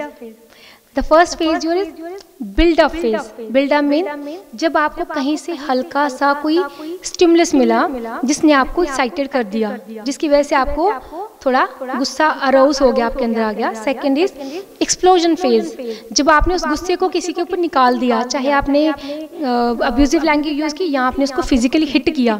And third is aftermath phase. Third is aftermath phase, मतलब जब आपने किसी के ऊपर गुस्सा निकाल दिया, अब उसके बाद क्या होता है आफ्टरमाथ फेज में, कॉन्सिक्वेंसेस फेस करने पड़ते हैं आपको फिर। तो यही आपको समझना होगा कि गुस्सा कंट्रोल करना आपके लिए कितना जरूरी है। आफ्टरमाथ फेज में क्या होता है, आपके कॉन्सिक्वेंसेस, जिसमें आपको बहुत ज़्यादा गुस्सा किसी पे निकालने के बाद आपको जेल जाना पड़ सकता है। बिकॉज मैंने कहा कि मैं जेल डिपार्टमेंट में रही हूँ, I work there for 6 month, और मैं 6 बड़ी बड़ी जेलों में गई 1 मंथ के लिए, जिसमें कोट बलवाल जेल का आपने नाम सुना होगा, जिसमें तो मिलिटेंट ज़्यादा होते हैं। अम्फला जेल है हमारी, और जम्मू JNK की जो श्रीनगर बारामूला जेल है। 1 मंथ तक मैंने मिलिटेंट्स के साथ भी बात की, उनके साथ काउंसलिंग उनकी की, बहुत सारे मिलिटेंट्स की काउंसलिंग की मैंने। तो जो हमारी नॉर्मल वाली जैसे हमारी कठुआ और हीरानगर वाली जो जेल्स हैं ना, वहाँ पे ज़्यादा मिलिटेंट्स नहीं, वहाँ तो लोकल लोग हैं, और लोकल लोगों में ही इवन हमारी कास्ट के भी बीच में बहुत सारे लोग थे, और मैं स्पेशल उन्हीं का ही देखती थी जो बीच में शेड्यूल कास्ट जो आए ना, बीच में जब वो मीटिंग होती थी तो मैं देखती थी ये क्यों आया जेल में लड़के, 3-4 लड़के जेल में क्यों आए, मतलब क्या रीज़न रहा होगा। मैं बताती नहीं थी, बट मैं सुनती थी ध्यान से कि क्यों आए, अपने लोग हैं क्यों आए ऐसे। तो ये रीज़न था, गुस्सा बहुत आ गया उस समय, मार डाला। सिर्फ गुस्सा। तो अगर वो 2 मिनट का गुस्सा निकल जाता तो पूरी लाइफ, अब तो उनको रिग्रेट होता होगा ना, मैं वही तो कह रही हूँ। आफ्टर मार्थ फेज में क्या होता है, रिग्रेट होता है, जेल जाना पड़ सकता है, आपको जॉब से निकाला जा सकता है, आपके जो रिलेशनशिप आपकी फैमिली के साथ खराब होते हैं ना, जब आप बहुत गुस्से में किसी को कुछ भी बोल के मार के आ जाते हो तो रिलेशनशिप भी खराब होते हैं। तो कितने बुरे कॉन्सिक्वेंसेस हैं अग्रेशन के। तो it means you should definitely deal with your aggressive feeling जो आपकी हैं, उसके साथ डील करना चाहिए। और अगर मैं आपको बात करूं कि आपको ज़्यादा कुछ नहीं करना है अग्रेशन के साथ डील करने के लिए, आपको ज़्यादा कुछ नहीं करना होता, बस आपको अग्रेशन के बारे में एक रियलिटी जाननी है कि जो अग्रेशन है वो कभी बाहर से नहीं आता। क्योंकि मैंने तो बहुत सारी बुक्स पढ़ी, एक लेक्चर अग्रेशन पे देने के लिए मैंने बहुत सारी बुक्स, मेरे को 10-15 मैंने बुक्स में सारा अच्छा मटेरियल पढ़ लिया कि मुझे अग्रेशन में अगर कोई क्वेश्चन पूछ लेगा, बिकॉज हर बार कोई लेक्चर देना तो फर्स्ट टाइम होता है, तो फर्स्ट टाइम पढ़ना होता है, तो मुझे लगता है मैंने 15 बुक्स में पढ़ लिया कि कोई बीच में कंटेंट छूट ना जाए, जो मुझे कोई क्वेश्चन पूछे तो मुझे आए ना। सो मैंने यही सभी बुक्स में पढ़ा कि जो अग्रेशन है that is not generated by the environment, गुस्सा हमें अंदर से आता है। तो ये फैक्ट आप समझ लो कि गुस्सा जो है हम खुद करते हैं, गुस्सा बाहर से कभी नहीं आता। अब आप इसके बारे में खुद सोचोगे, मैं आपको थोड़ा सा बताती हूँ। Anger is not a reflex नहीं है कि अपने आप हो गया, इट्स नॉट ऑटोमेटिक, कभी भी नहीं। और जब मैंने ये पूरा लेक्चर पढ़ लिया ना, सबसे पहले मैंने अपने ऊपर इसको लगाया, बिकॉज मुझे भी बहुत गुस्सा आता था। फिर मुझे रियलाइज़ हुआ कि नहीं, बहुत सारी सिचुएशन में मैं, जब मुझे स्ट्रेस होता है, टेंशन होती है, या कोई परेशान जब करता है तो दैट इज सिर्फ स्टिमुलस होता है, मगर हम कितना उस पर रिएक्ट करते हैं वो सब हम खुद करते हैं, होता नहीं है। So aggression is not a reflex, it's not automatic and it's not caused by others. दूसरे गुस्से को अराउज कभी नहीं करते हैं। आपने कहीं पे भी देखो, कहीं पे भी कोई क्राइम होता है, मर्डर होता है, कुछ भी होता है ना, वो गुस्सा कोई और नहीं दिलाता, हम खुद करते हैं। And at the second time, on the second side, anger is the result of our own thinking. हमारी अपनी सोच है जिसकी वजह से हमें गुस्सा आता है। एक चॉइस, इट्स ए चॉइस, ये हमारी चॉइस होती है, हम खुद चूज करते हैं। जैसे मैं अपना खुद एक्सपीरियंस करती हूँ, जब कोई ऐसी सिचुएशंस आती हैं तो मुझे ये लगता है कि अब ये मेरे हाथ में है कि गुस्सा मुझे करना कि नहीं करना। Next is controlling by your own thinking. हम अपनी ही सोच बदलेंगे तो हमारा गुस्सा कम होगा। Your choice how much and how long you not to angry, कि आपको कितना लंबे समय तक गुस्सा होना है। जैसे लेट्स सपोज आपके किसी फ्रेंड के साथ लड़ाई होगी और आपको उसके बहुत गुस्सा है, मगर अगर आपने ऐसा कोई लेक्चर पढ़ा है और आपको ये पता है कि सब आपके दिमाग का खेल है गुस्सा आना, तो आप क्या करोगे, थोड़ी देर के बाद रियलाइज करोगे चलो कोई बात नहीं, ये चीज़ें होती हैं। आपको थिंकिंग चेंज करनी है अपनी, और अब वापस फ्रेंड के पास जाओगे और उसके साथ बात करोगे तो सब ठीक हो जाएगा। बट अगर आप ये रखोगे कि मुझे इसके साथ कभी बात करनी नहीं, सब आपके हाथ में है ना, हर चीज़ आप खुद कर सकते हो। सो अग्रेशन जो एंगर है उसके बारे में आपको एक फैक्ट तो क्लियर हुआ ना कि कभी नहीं, जो मुझे भी क्लियर हुआ, मैं सच में कह रही हूँ कि जब मैंने पढ़ा तो मुझे भी क्लियर हुआ कि मैं तो बहुत गलत करती थी, मैं तो किसी को घर में तो किसी को भी गुस्सा कर देती थी। इट मीन्स ये मेरी गलती है, बिकॉज गुस्सा हमें बाहर से नहीं आता, हमारे अंदर से आता, और ये हमारी चॉइस है कि हमें गुस्सा करना है या नहीं करना। सो अगर सब लोग यहाँ पे बैठे हैं तो मैं सबका जो अग्रेशन लेवल है उसको थोड़ा सा असेस करती हूँ। थोड़ा इंटरेस्टिंग हो जाएगा कि आप सबके अंदर भी गुस्से की कितनी प्रॉब्लम है। मैं इसमें से थोड़े से क्वेश्चन बोलूँगी और आप उसका आंसर अपने मन में सोच के रखना। अगर हम बात करें पिछले 1-2 महीने की बात करें, और उसमें लगातार हर हफ्ते की एवरेज निकालने की बात कर रही हूँ मैं, एवरेज सोचा जाए तो क्या आपको हर हफ्ते में गुस्सा कभी नहीं आता? Not at all. A option आपके पास है, नॉट एट ऑल। मतलब अगर मैं आपको बात करूँ पिछले कुछ हफ्तों की, एक हफ्ते की बात कर लो, तो क्या आपको गुस्सा आता है? मैं अपनी भी साथ में एग्जाम्पल दूंगी आपको कि आपको कितना गुस्सा आता है। तो फर्स्ट ऑप्शन है नॉट एट ऑल, मुझे पिछले कुछ हफ्तों से कभी गुस्सा आया ही नहीं। अपना ऑप्शन अपने पास सोच के रखना। मेरे को ऐसा कभी नहीं हुआ, मेरे को आता है, मैंने किया। मेरा ऑप्शन ए नहीं है, ठीक है। बी इज वंस और ट्वाइस ए वीक, हफ्ते में 1 या 2 बार मुझे कभी गुस्सा आया होगा। सी ऑप्शन है 3 to 5 टाइम्स ए वीक, हफ्ते में 3 से 5 बार मैं गुस्सा करती होंगी, ये आपको एवरेज बतानी है। D is 1 or 2 time a day, अब यहाँ पे दिन में कितनी बार होता है उसकी बात आ गई, जिसमें से मैं भी एक हूँ कि दिन में मुझे 1 से 2 बार हो जाता है, बट अगेन मैंने कहा अब मैं कंट्रोल करती हूँ जब से मैंने ये पढ़ा है। सो 1 or 2 टाइम ए डे, तो एक से दिन में 1-2 बार मुझे गुस्सा आ ही जाता है। E is 3 time a day, F is 4 to 5 a day, G is 6 to 10 time a day and H is more than 10 times a day. अब आप सबने अपना अपना ऑप्शन सोचा कि आपको कितना गुस्सा एक दिन में आता है या एक हफ्ते में कितनी बार आता है। अगर आपका ऑप्शन था ए बी सी तो it means you are normal. अगर आप हफ्ते में 2-4 बार 1-2 बार गुस्सा कर लेते हो दैट इज नॉर्मल, मगर अगर आप डी से एच में बिलोंग करते हो इट मीन्स आपको गुस्से की प्रॉब्लम है, आपको किसी काउंसलर के पास जाना चाहिए और आपको अपना गुस्सा, काउंसलर अब मैं आपके सामने हूँ, मैं आपको एडवाइस दे रही हूँ, तो इट मीन्स आपके अंदर गुस्से की प्रॉब्लम है और आपको इसका टाइम पे इलाज करना चाहिए, इसका सोल्यूशन निकालना चाहिए और अपने गुस्से को आपको किसी बंदे के ऊपर बहुत गुस्सा आ रहा है, उसने आपके साथ बुरा कर दिया, जब आप भी उसके साथ बुरा करोगे तो और गुस्सा आएगा और प्रॉब्लम बढ़ेगी। It's better to forgive others, क्योंकि जो फॉरगिवनेस है ना, दूसरों को माफ कर देना, दूसरों को माफ कर देना, ये बहुत बड़ी आपकी एक योग्यता होती है जो सब लोग नहीं कर सकते, सबको माफ करना। अगर आप सबको माफ कर देते हो तो आपके अंदर का गुस्सा चला जाता है। Third is ignore the other person. अगर आप कोई बंदा आपके सामने बैठा है और आपको इरिटेशन हो रही है कि बार बार अपने पाँव हिला रहा है जिस चीज़ से आपको दिक्कत आती है, या कुछ ऐसी चीज़ कर रहा है कि आपको बड़ी परेशानी हो रही है, अगेन वो कर रहा है, उसके पाँव है, वो उसका मुंह है, जैसे मर्जी हिलाए, मगर गुस्सा तो हमें आ रहा है, तो बेटर है कि सिचुएशन छोड़ के बाहर चले जाओ। कहीं जैसे आपको कई लोगों को दूसरों के खाने से प्रॉब्लम होती है कि वो कैसे खाना खाता है, कोई टंग निकाल के खा रहा है, कोई ऐसे जोर जोर से च्यू करता है, तो दिक्कत होती है और हम उसको बोल देते हैं, इवन अपने फैमिली मेम्बर्स में भी, तो आप सिचुएशन छोड़ के थोड़ा बाहर चले जाओ। लास्ट इज चेंज और सॉल्व द सिचुएशन, या उस प्रॉब्लम का हल निकालो। सिमिलरली जैसे मैंने आपको कहा स्ट्रेस मैनेज करने के लिए कुछ टेक्निक्स होती हैं, there are some techniques to manage your anger also. The first is cool down by counting 10। कभी ऐसी सिचुएशन आ गई कि आपको समझ आ गई है कि हमारी अपनी सोच से ही हमें गुस्सा आता है, नॉट कि बाहर कुछ ऐसा होता है जिसकी वजह से हमें गुस्सा दिलाया जाता है, हम खुद गुस्सा करते हैं, फिर भी कम नहीं हो रहा, फिर भी बड़ा गुस्सा आ रहा है, मुझे भी कभी कभी ऐसा होता है, then you have to count 10 और अपने आप को क्या बोलना है, कूल डाउन, रिलैक्स, और 10 तक काउंट करो तो आप उसके बाद आपका थोड़ा नॉर्मल सिचुएशन हो जाएगी, देन आप सोच सकते हो कि अब मुझे नेक्स्ट क्या करना है। सेकंड इज शिफ्ट थॉट्स और एक्टिविटी। घर में बहुत गुस्सा आ रहा है तो बाहर खेलने चले जाओ, बच्चों के साथ क्रिकेट खेलने चले जाओ, घास काटने चले जाओ, या कोई ऐसी चीज़ कर लो जो आपका उस चीज़ से, आप ऊपर वाले रूम में चले जाओ कि आपका उस जगह से ध्यान हट जाए और उस सिचुएशन को आप अवॉइड कर दो। बिकॉज मैंने कहा जो थर्ड फेज होता है एग्रेशन का, वो क्या होता है जिसमें आपको जेल जाना पड़ सकता है, किसी का मर्डर हो जाता है, सुसाइड हो जाता है, आपकी जॉब चली जाती है कि आपने अपने बॉस को गुस्सा निकाल दिया, बड़े सारे कॉन्सिक्वेंसेस होते हैं। तो उन सबसे बचने के लिए बेटर है कि आप किसी एक्टिविटी को ही चेंज कर दो।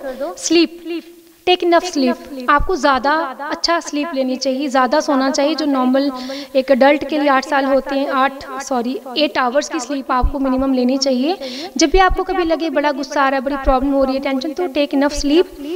रिलैक्सेशन तो मैंने आपको ऑलरेडी सिखाया पहले से ही।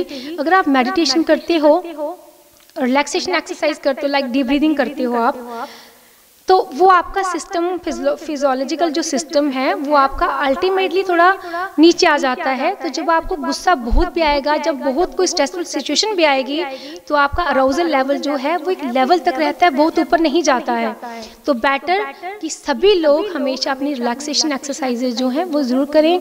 Then sublimate your anger. Sublimate your anger means आपको अपने टीचर के ऊपर या आप किसी अंकल के ऊपर, किसी रिलेटिव के ऊपर बहुत गुस्सा आ रहा है, मगर आप उसको मार नहीं सकते, आप उसको, आपका मन कर रहा है उसको मैं थप्पड़ लगा दूं, मतलब इतना गुस्सा आ रहा है, मगर आप रियलिटी में उस बंदे को आप नहीं कर सकते। तो आपको अपने गुस्से को किसी अलग तरीके से निकाल सकते हो। लाइक बुक्स में लिखा हुआ है कि आप एक उसके ना इमेजिन करो कि उसकी शक्ल कितनी गंदी हो गई है, या आप उसकी पर्ची में उसका नाम लिख के अपने पाँव के नीचे मसल दो, या ऐसे जैसे वो बने होते हैं ना कि एरो जिस पे हिट करते हैं हम लोग, उस पे उसका फेस इमेजिन करके जोर से उसको हिट कर दो। तो ये सारी वो टेक्निक से आप सेटिस्फाई हो जाओगे, आपका गुस्सा जो है उस बंदे बंदे के ऊपर नहीं निकलेगा, आप सब लिमिट कर दोगे और कॉन्सिक्वेंसेस खराब नहीं होंगे।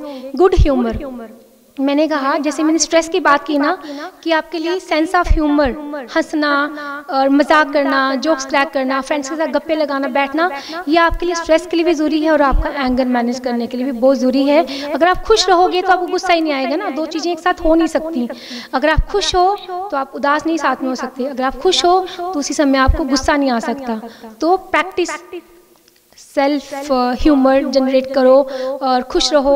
And last is identify your irrational thoughts. हम सब के अंदर कोई ना कोई कभी क्या होता है, कुछ इरैशनल थॉट्स आ जाते हैं, like I must be liked and loved by everyone. These are some examples of irrational thoughts.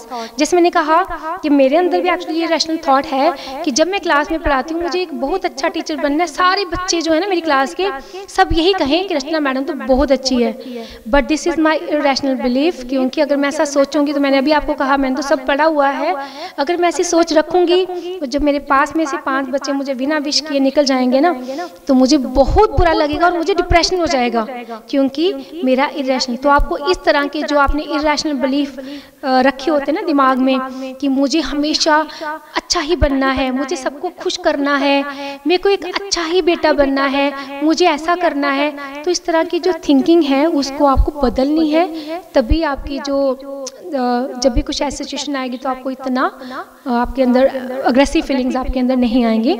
So this is all about your anger management and the last topic is managing your examination anxiety. तो मैंने वैसे ही पहले stress के ऊपर, aggression के ऊपर जो techniques दी हैं, that is also used for managing your anxiety during exams also. But दो मैंने जो लगा कि मैं क्रक्स आपको बताऊं कि हर एक स्टूडेंट जो है, चाहे वो 12th में है, कॉलेज में है या किसी और भी आगे फील्ड में है, तो सभी के लिए यही ज़रूरी है कि आपको लाइफ में हमेशा अपनी जो गोल सेटिंग है ना वो आपको क्लियर होनी चाहिए। From the childhood, from the 10th class even, आपको अपनी जो गोल्स हैं ना, गोल्स वो 3 तरह के रखने हैं, लॉन्ग टर्म गोल, फिर शॉर्ट टर्म गोल्स एंड आपके मिनी गोल्स। आपको लाइफ में करना क्या है पहले तो वो गोल सोचो जरा। जब तक आपकी लाइफ का कोई पर्पस नहीं होगा, मीनिंग नहीं होगा ना, तो आप कुछ नहीं कर पाओगे।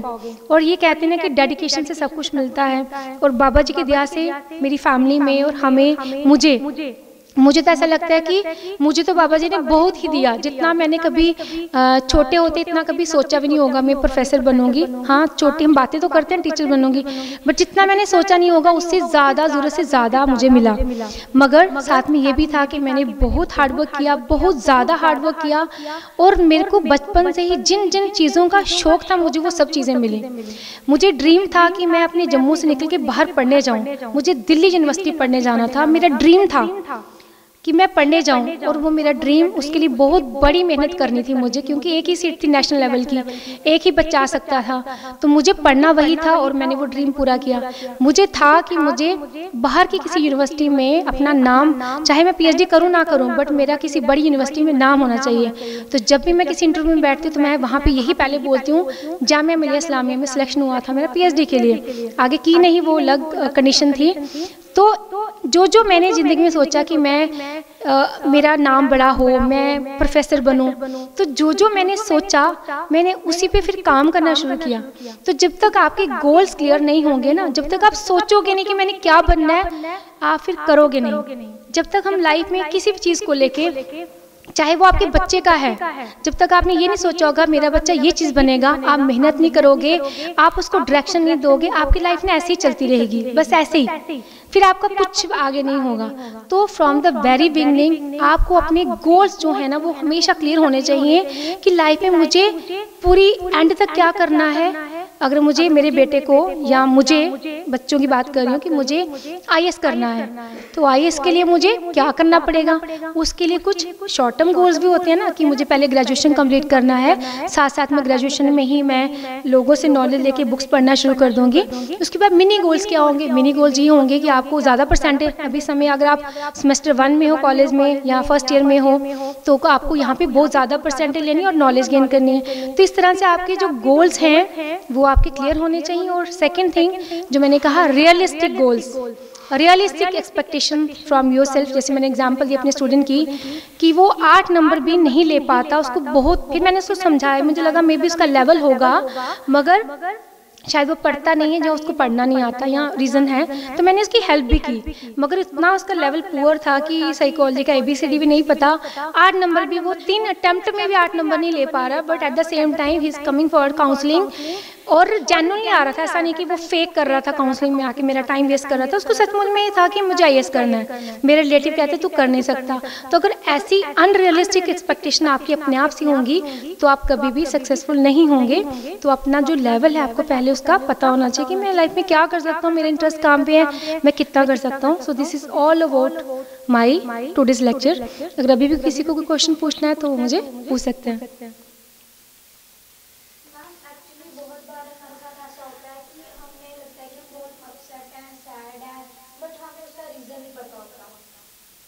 होता है, बहुत बार ऐसा होता है।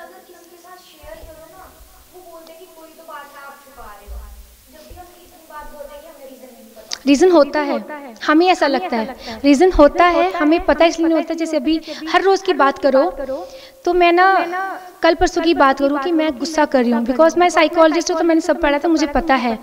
मुझे ऐसा लगता है कि मुझे बड़ा गुस्सा आ रहा है समय ना, मैं सैड फील कर रही हूँ, मुझे बुरा लग रहा है और मैं ठीक से बात नहीं कर रही हूँ अपनी बेटी से, मैं हस्बैंड से बात ठीक नहीं कर रही हूँ, मगर मुझे पता नहीं चल रहा। तो मगर मैं तो साइकोलॉजिस्ट हूँ, मुझे पता है कि रीज़न होता है।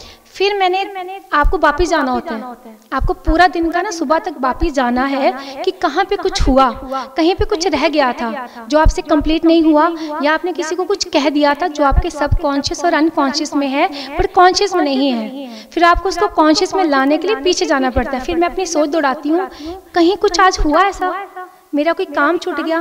फिर मुझे याद आता है कि मेरा तो वो वाला काम जो था वो अर्जेंट था, उन्होंने दिया था, मेरा अभी तक वो पेंडिंग था, जिसके लिए मेरा दिल धड़कता रहता है ना ऐसे हल्का हल्का कि कुछ हो रहा है मगर पता नहीं चल रहा। तो पता है इसलिए क्योंकि हम उस चीज़ को रियलाइज़ नहीं करते। You have to go backward. आप सोचो कि कुछ तो हुआ था, या किसी से लड़ाई हुई थी, या किसी ने आपको बुरा कहा था, या आपका कोई काम था जो पेंडिंग था जिसकी वजह से आपको उस समय करंटली आपको इफेक्ट हो रहा है। तो आपको उसमें वो आपके सबकॉन्शियस, आपके अनकॉन्शियस लेवल पे ही वर्क कर रहा होता है। You have to consciously realise that problem और फिर उसका सोल्यूशन ढूंढो, उस प्रॉब्लम को खत्म करो और आप ठीक हो जाओगे। मैंने कहा रीज़न होता है, रीज़न को अब नेक्स्ट टाइम कुछ होगा ना जब भी, तो आप मेरी बात याद रखना कि आप बैठ के ना थोड़ा सबको सेपरेट करके थोड़ा कहीं अकेले जाके बैठ जाना और सोचना कि मुझे रोना क्यों आ रहा है, वर्क करना उस पर, आपको उसका रीज़न पता चलेगा। रीज़न होता है उसका, हम उस रीज़न को थोड़ा मतलब उसको मैं कह रही हूँ ना फिर से आपका वो सबकॉन्शियस अनकॉन्शियस में होता है, मगर रीज़न होता है। और कई बार रीज़न इतना छोटा सा होता है कि आपको पता भी नहीं होता कि मैं किस बात पे रो रही हूँ, आपका मन करता है, तो अगर मन करता तो रो लेना चाहिए, उसमें क्या है, रोने के बाद तो मन ठीक हो जाता है ना। मेरा भी तो बहुत बार होता है, क्योंकि लाइफ में तो स्ट्रेस इतना है, सबकी लाइफ में होगा, हर लोग जहाँ पे जितने लोग बैठे हैं ना, सबकी लाइफ में कोई ना कोई प्रॉब्लम तो होगी। मेरी लाइफ में भी है, बहुत बड़ी प्रॉब्लम है, आपकी लाइफ में भी है। तो कभी क्या होता है कि प्रॉब्लम कोई और है, रोना मुझे अपनी बात पे आ रहा होता है, वहाँ सामने कुछ भी नहीं है, तो रोना मुझे अपनी ही बात पे आ रहा होता है, तो रो लेना चाहिए समय, जितना मन करे रो लेना चाहिए। उसके बाद फिर सब ठीक हो जाता है, फिर सब मन हल्का हो जाता है, एकदम हम ठीक हो जाते हैं। तो रोना इज ऑल्सो ए इमोशन है ना हमारी, वो जैसे मैंने कहा हंसना इमोशन है, गुस्सा करना इमोशन है, तो रोना भी इमोशन है। तो आपको रो लेना चाहिए, मन कर रहा है, मगर आपको उसका अगर रीज़न पता चल जाए दैट इज गुड। तो आप नेक्स्ट टाइम ध्यान लगाना कि कहीं कुछ हुआ था जो मैं मिस कर रही हूँ। Ma'am, one question is here that sometimes I feel that more than one problem comes in my life. So how can we handle?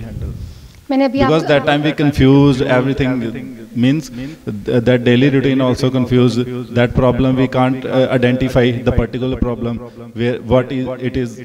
That time what I can do? Then हम उसको कहते हैं कि आपको problem solving approach उसमें हम use करते हैं। जैसे मैंने आपने एक्चुअली क्लियर नहीं किया कि किस तरह की, आप जनरली बात कर रहे हो ऐसे कि बहुत सारी प्रॉब्लम्स हो जाती हैं। हाँ, और मैंने अभी कहा कि सबकी लाइफ में ऐसा फेज आता है, मेरी लाइफ में भी ऐसा है। तो ये फेज को आपने प्रॉपरली निकालना है आपके पास। जैसे मैंने आपको कोपिंग स्ट्रैटेजीज बताई अभी, कि जिसमें मैंने बात की प्रॉब्लम फोकस कोपिंग की, कि आपको अपने सामने पहले प्रॉब्लम्स रखनी है कि प्रॉब्लम्स की लिस्ट क्या है, फिर उनमें से आपकी पहली लिस्ट कौन सी है जिसमें आपको अभी डील करना है जिस प्रॉब्लम के साथ। आप 1 बाय 1 सब पे वर्क करोगे कि पहली प्रायोरिटी किसको देनी, सेकेंड किसको देनी। जैसे मैंने कहा कि बहुत बार लाइफ में ऐसी सिचुएशन आती है, कन्फ्लिक्ट आ जाता है, आप फ़ोन लेने गए तो आपके पास 3 चॉइसेस हैं सामने कि सैमसंग का है, आपके पास नोकिया का है, या तीसरा कोई और कंपनी का है। पैसे आपके पास 10,000 रुपये हैं और अब आप घर में आके होता है ना, मैं से 4-4 दिन कंफ्यूज रहते हैं कि मैं कौन सा लैपटॉप या कौन सा फ़ोन लूँ। मगर उसके बाद क्या करते हो आप, हम उसके प्रोस एंड कॉन्स देखते हैं, उसकी ना प्रॉब्लम सॉल्विंग। अच्छा मैंने इसमें ये देखा, मुझे ये फीचर, आपकी रिक्वायरमेंट खुद की क्या है, मेरे को इतने फीचर चाहिए उसमें, मेरे को बड़ा चाहिए, मेरे को छोटा चाहिए हो, मगर उसमें ये फंक्शन होने चाहिए। तो आपको उनकी लिस्ट बनानी है। सबसे पहले जब भी आपको लाइफ में कोई प्रॉब्लम बड़ी लगे ना कि आपसे हैंडल नहीं हो रही, तो कॉपी पेन लेके बैठ जाना है। कॉपी पेन लेके बैठ के उसके ऊपर उसकी लिस्ट बनानी है, ये प्रॉब्लम्स हैं, फिर उनके सॉल्यूशंस लिखो, फिर उसके प्रॉस कॉन्स देखो कि इसके अगर मैं ये एक्शन लेता हूँ उसके ये नुकसान होंगे, उसके ये फ़ायदे होंगे। और जब आपसे कुछ भी नहीं होता ना, टेक समवन सेल्फ, कोई एडवाइस लो किसी से, आप किसी सीनियर से मिलो, किसी काउंसलर से मिलो, या अपने ही रिलेटिव में आपका कोई कज़न है या आपके कोई अंकल हैं जो आपको लगता है कि he is a better person, कि जो आपको एडवाइस, तो आपको छोड़ना नहीं है अपने ऊपर, आपको टेंशन लेनी ही नहीं है। और ऐसी सिचुएशन तो आपके साथ लाइफ में बार बार आएंगी, वो आनी है, दैट इज़ रियलिटी। मैंने कहा ना कि जब मैं इतना सारा पढ़ने के बावजूद सारा जॉब भी मिल गया तो भी प्रॉब्लम है। तो जिनके पास पैसा नहीं है, जिनके पास एजुकेशन नहीं है, उनकी तो प्रॉब्लम और ज़्यादा होंगी ना। एटलीस्ट हमारे पास पैसा है तो बहुत सारी प्रॉब्लम्स पैसे से भी सॉल्व हो जाती हैं, एजुकेशन से भी कुछ हो जाता है, चलो मैं पढ़ रही हूँ, कुछ सेटिस्फाई। तो प्रॉब्लम्स तो भी लाइफ में आनी है, पूरी लाइफ प्रॉब्लम रहेंगी। तो जब आपको लगे कि इतनी प्रॉब्लम्स होगी, आप नहीं डील कर पा रहे हो, then discuss it with someone, कि जो आपके नियर हैं कोई, उनसे एडवाइस लो, उनसे हेल्प लो, और 1 बाय 1 हर एक प्रॉब्लम को आप सॉल्व करोगे with the pros and cons, कि उसके ये करने से मुझे ये फ़ायदा है और ये करने से ये नुकसान है। फ़ोन जैसे मैं बात कर रही हूँ 10,000 रुपये है, तो मेरे क्राइटेरियाज हैं, ये मेरे नहीं हैं। अगर मैं ये वाला लेती हूँ, इसमें ज़्यादा फ़ायदे हैं और इसमें ज़्यादा नुकसान है, तो मैं ज़्यादा फ़ायदे वाले की तरफ जाता हूँ। फिर भी अगर कुछ हो तो मैंने कहा कि आप एडवाइस ले सकते हो किसी से, है ना। Anyone else?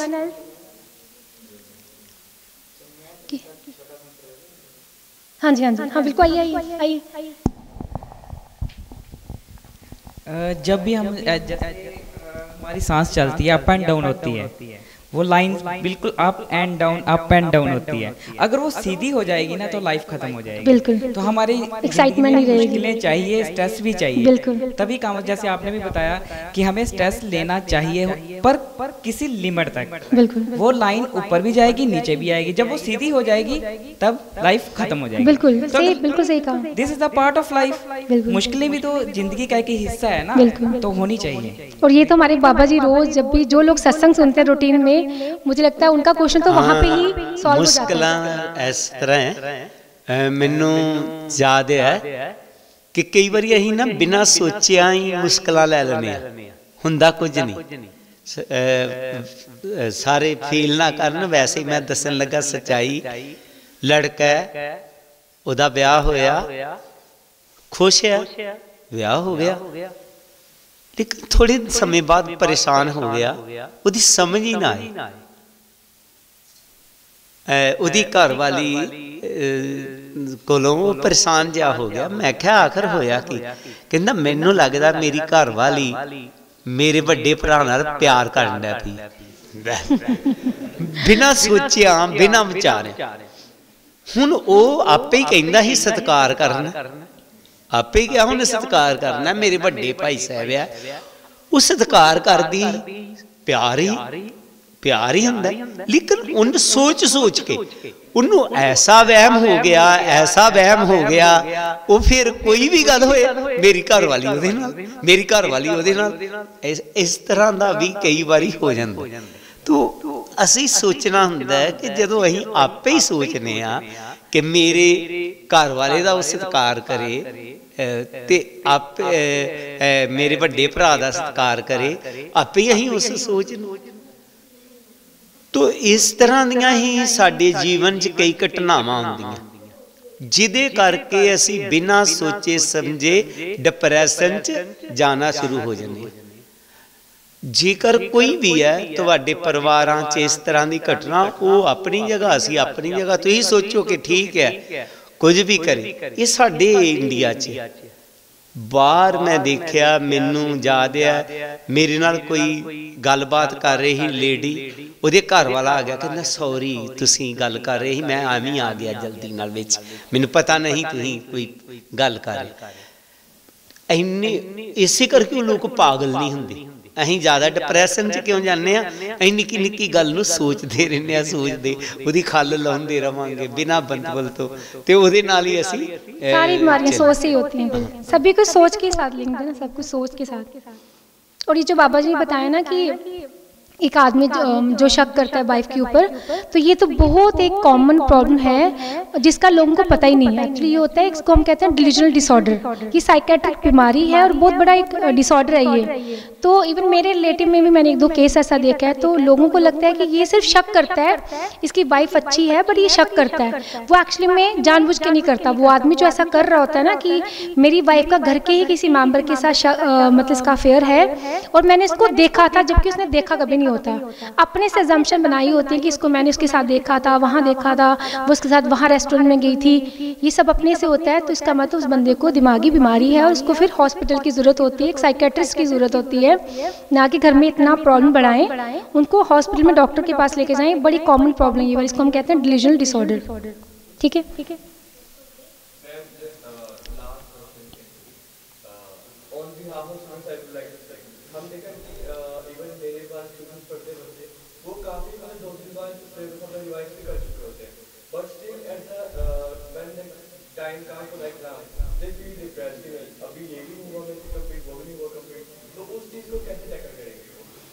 ये तो यही तो मैंने आपको वैसे लेक्चर सोचा था एक मैं दूंगी, बट मुझे लगा कि इतने टाइम में 3-3 लेक्चर सबके लिए सुनना बहुत बोरिंग हो जाएगा।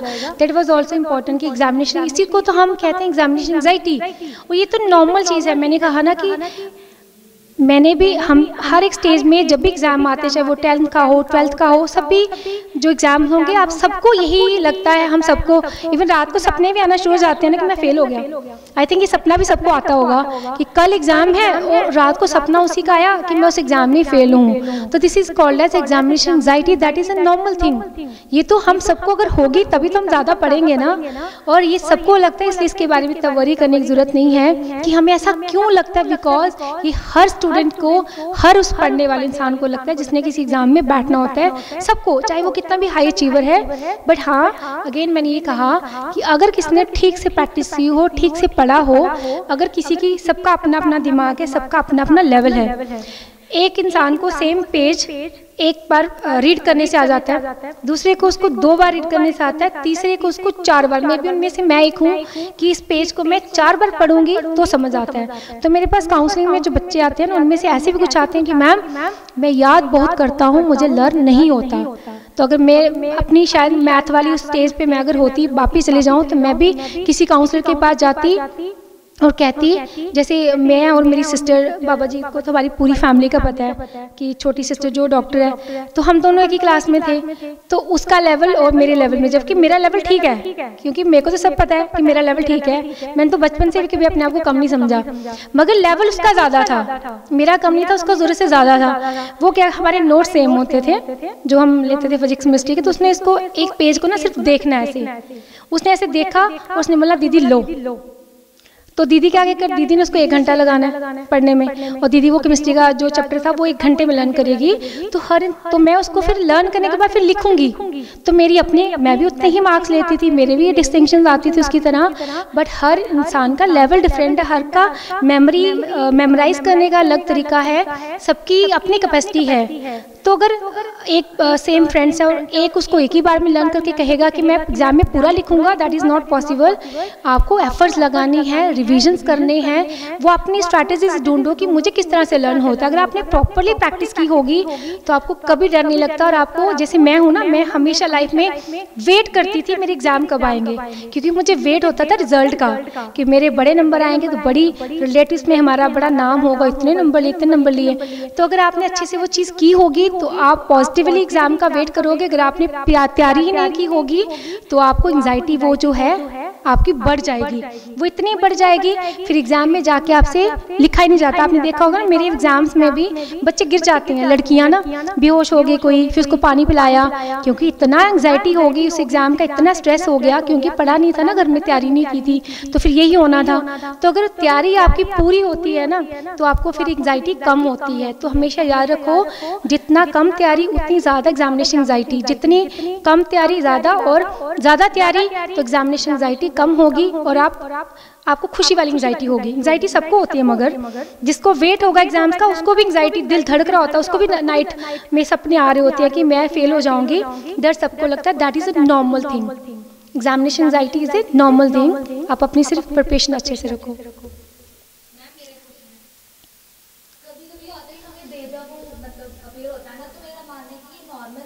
क्या क्या पीर होता है?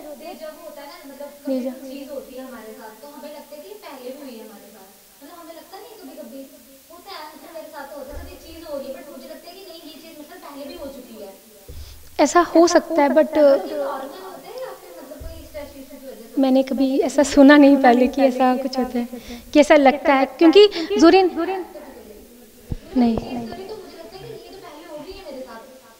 मे भी आपने इन चीज़ों को कभी कहीं सुना हो, आपने मूवीज़ में देखा हो, आपने सीरियल्स देखे हों कि सेम एपिसोड कहीं हुआ और आपके साथ सेम वो चीज़ हो रही है, तो आपने उसके साथ रिलेट किया कि सेम सीन मैंने कहीं देखा हुआ है। मे भी किसी का चेहरा रिजेंबल कर, आप कहीं जाते नहीं जगह पे किसी एक इंसान का चेहरा देखा तो ये लग रहा है कि इसको मैंने कहीं देखा हुआ है, बिकॉज वो कहते हैं ना कि दुनिया में हर चेहरा रेपिटेशन है, उसका एक चेहरा एक नहीं है, उसका रेपिटेशन है।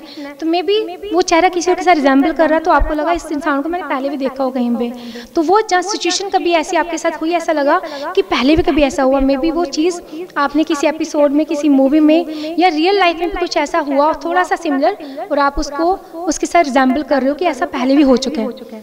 That may be the answer of this question.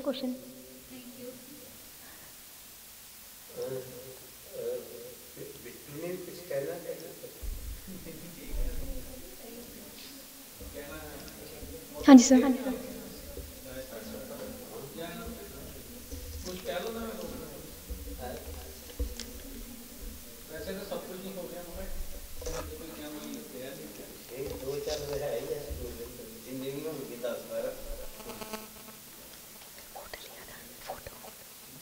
Photo ले दी, फोटो।